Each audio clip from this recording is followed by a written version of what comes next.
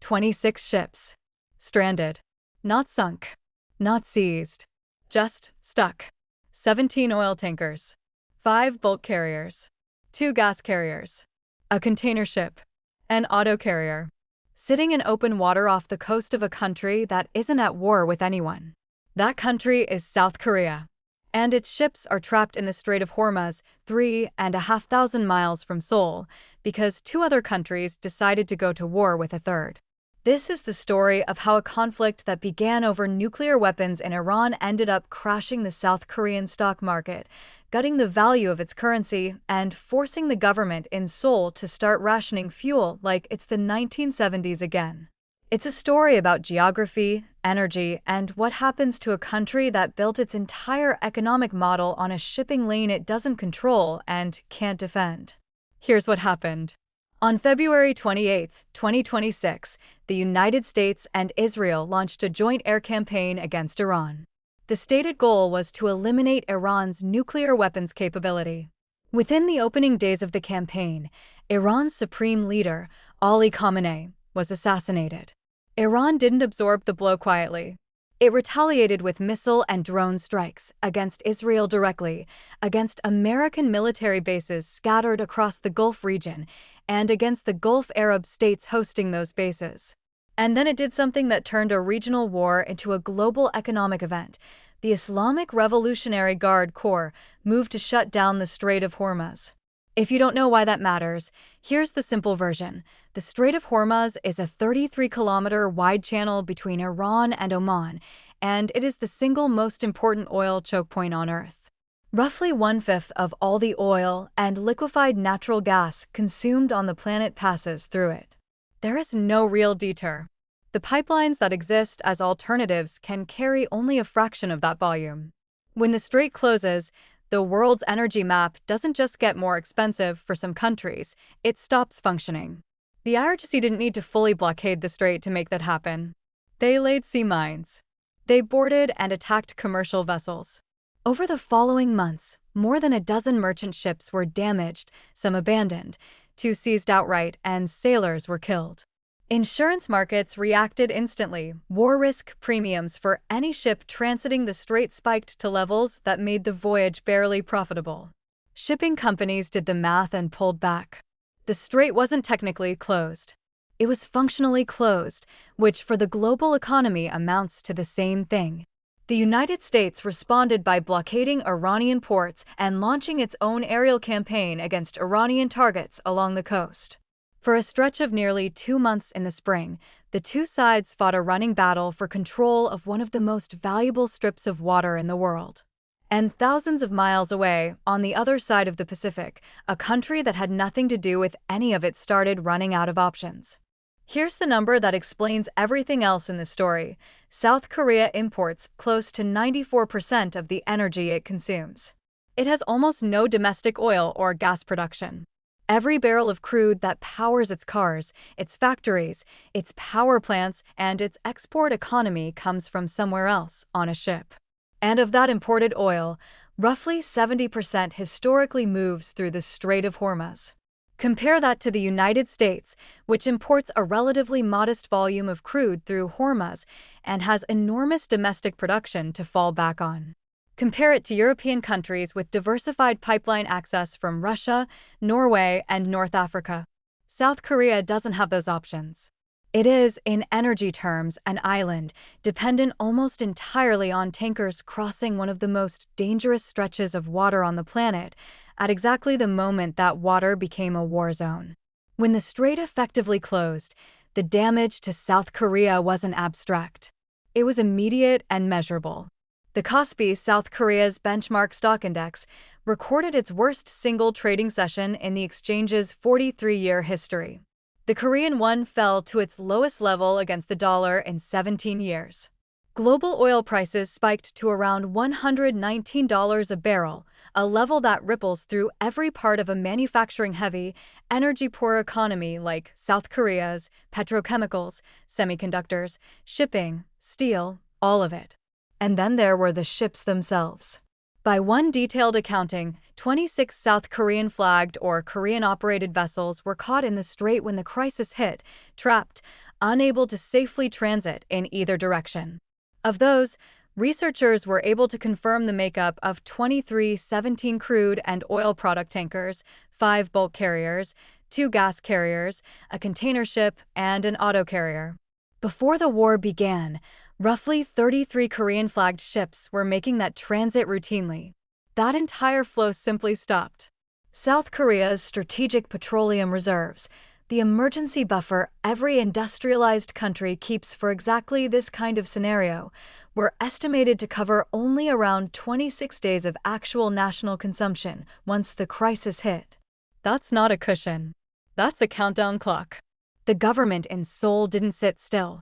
In March 2026, South Korea joined a joint diplomatic statement alongside Britain, France, Germany, Italy, Japan, the Netherlands, and Canada, condemning Iran's attacks on shipping and demanding respect for freedom of navigation through the strait. It was a coordinated, multinational appeal. It didn't stop the attacks. By early April, a temporary 2-week ceasefire allowed a narrow, partial reopening of the strait.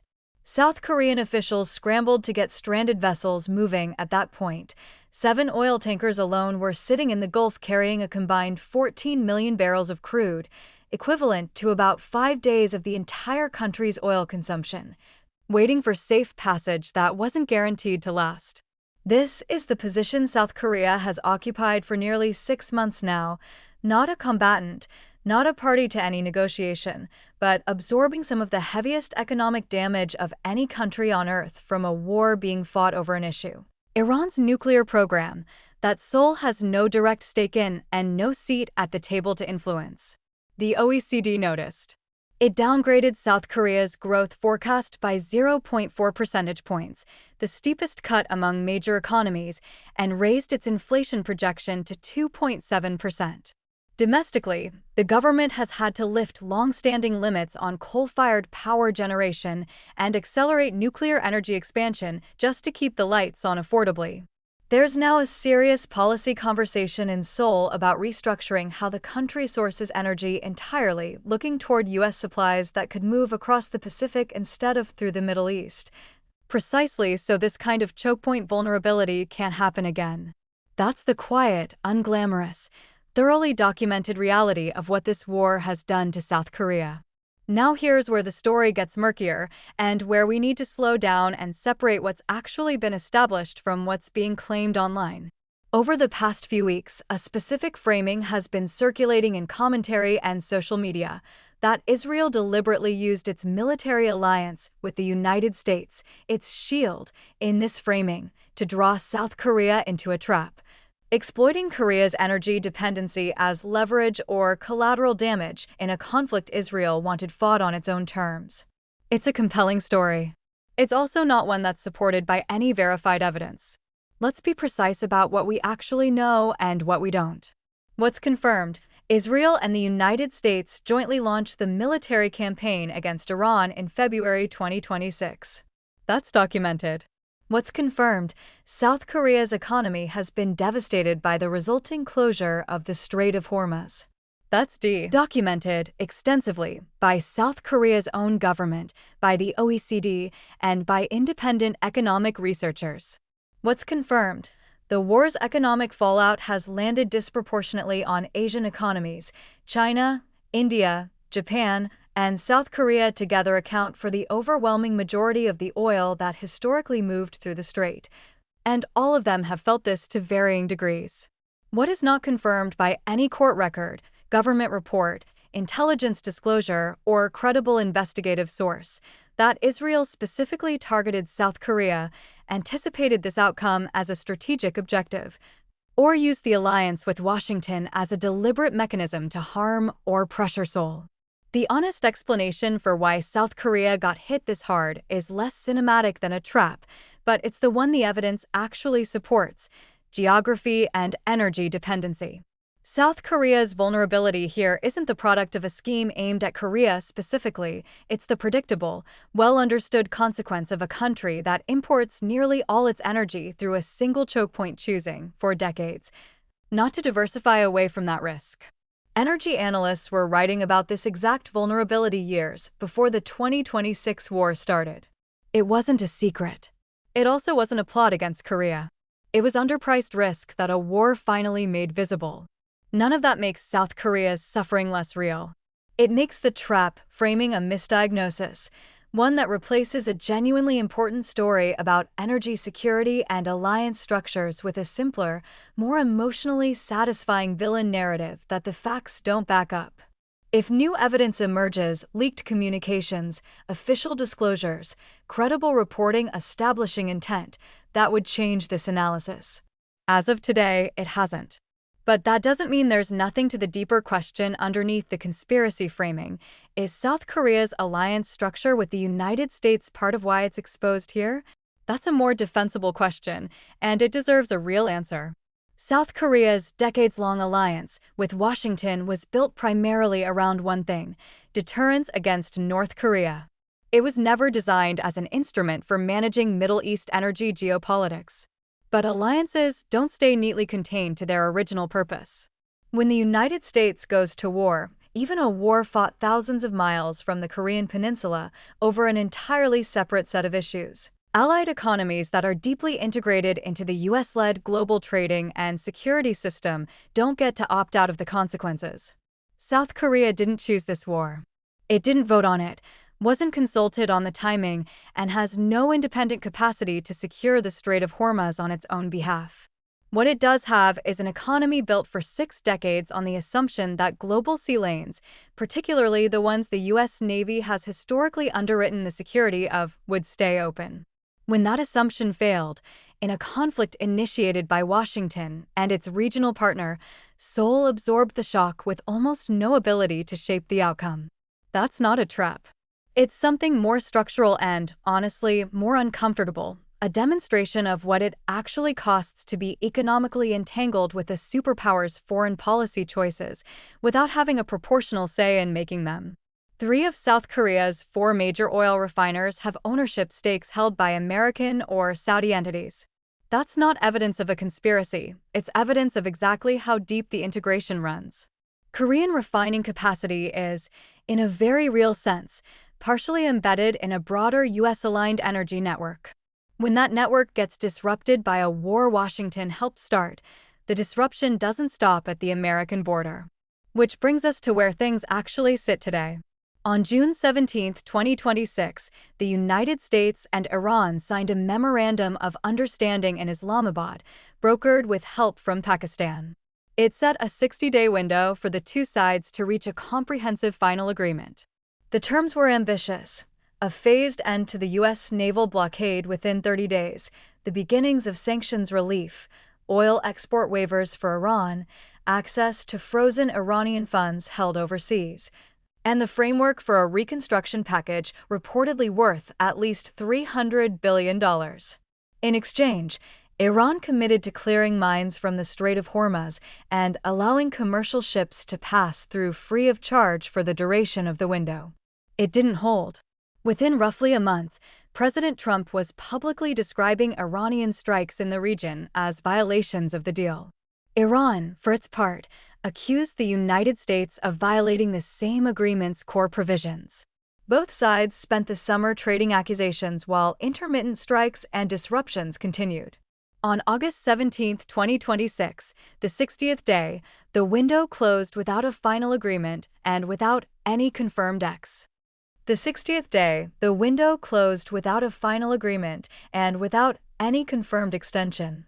Iranian officials said no talks about extending the deadline had even taken place, and one senior official went further, alleging that the United States had violated the agreement within 48 hours of signing it, before abandoning it altogether.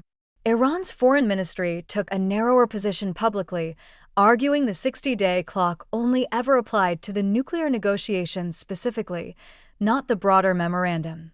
President Trump's response, delivered partly through a Truth Social post and partly in a Fox News interview, reasserted a single non-negotiable condition: Iran cannot possess a nuclear weapon in any form.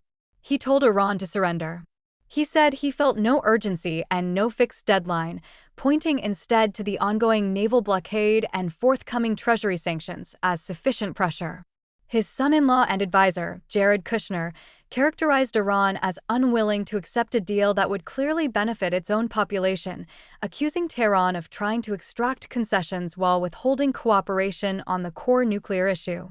There were scattered, unconfirmed reports via a Saudi news outlet that the U.S. and Iran had informally agreed to extend the ceasefire despite the Mao's expiration. That claim has not been independently corroborated by other outlets, and it's worth treating with appropriate caution until it is. What's clear and confirmed across multiple independent sources is this: the formal diplomatic framework that was supposed to produce a lasting resolution has expired without one. Attention has now shifted to a narrower, more achievable goal: talks between Iran and Oman aimed specifically at restoring safe passage through the Strait of Hormuz. If that narrower deal succeeds, it could remove the single biggest obstacle to broader negotiations resuming. If it fails, the current state of limbo, intermittent conflict, an unstable strait, and enormous ongoing cost to bystander economies like South Korea's looks set to continue indefinitely. Step back from the day-to-day diplomatic maneuvering for a second, because there's a bigger pattern here worth naming. Modern wars don't stay contained to their battlefields anymore, if they ever did. A conflict fought entirely between Iran, Israel, and the United States over an issue specific to Iran's nuclear program has managed to crash a stock market on the other side of the planet, devalue a currency that has nothing to do with any of the parties involved, and force a national government to start rationing energy policy decisions it had no role in creating. That's not a side effect. In an interconnected global economy built on a handful of critical chokepoints, that's the actual shape of modern warfare's economic footprint. South Korea's experience is a case study in something every energy import-dependent country now has to reckon with. Security guarantees and economic entanglement don't automatically come as a package. You can be a close ally of a superpower and still have zero influence over decisions that determine whether your economy functions. That's an uncomfortable lesson, and it's one Seoul is very publicly relearning right now, in real time, as it scrambles to redesign its energy infrastructure around the assumption that the Strait of Hormuz might not be reliably open again for years. What comes next? 3 things to watch. First, the Iran-Oman talks over strait access. This is the most immediate, most concrete diplomatic track in motion right now, and it's arguably more consequential in the short term than the broader nuclear negotiations, because it directly determines whether shipping, including the remaining stranded Korean vessels, can move safely. Second, whether the informal, unconfirmed ceasefire extension reports get corroborated or denied by additional sources in the coming days. If real, it would suggest both sides are quietly trying to avoid a full collapse back into open warfare even as the formal framework lapses. If it turns out to be inaccurate, that itself tells us something about how fragile the current situation is. Third, and most consequential for a story like South Korea's, whether this crisis becomes the turning point analysts increasingly say it needs to be, a forcing function for import-dependent economies to genuinely diversify their energy sourcing away from single points of failure like the Strait of Hormuz, rather than returning to business as usual the moment this particular war ends. Because here's the uncomfortable truth underneath all of it: even if Iran and the United States reach a final deal tomorrow, even if the strait fully reopens and shipping insurance rates normalize, the underlying vulnerability that turned this into a crisis for South Korea in the first place doesn't go away. The next conflict, wherever it happens, could do this again. Unless something structural changes, countries like South Korea will remain exactly what they've been for the past 6 months, not participants in the wars that reshape their economies, but bystanders who pay the bill anyway. That's the story. Not a trap set by any one actor, a system, built over decades, that leaves entire nations exposed to wars they never chose to fight.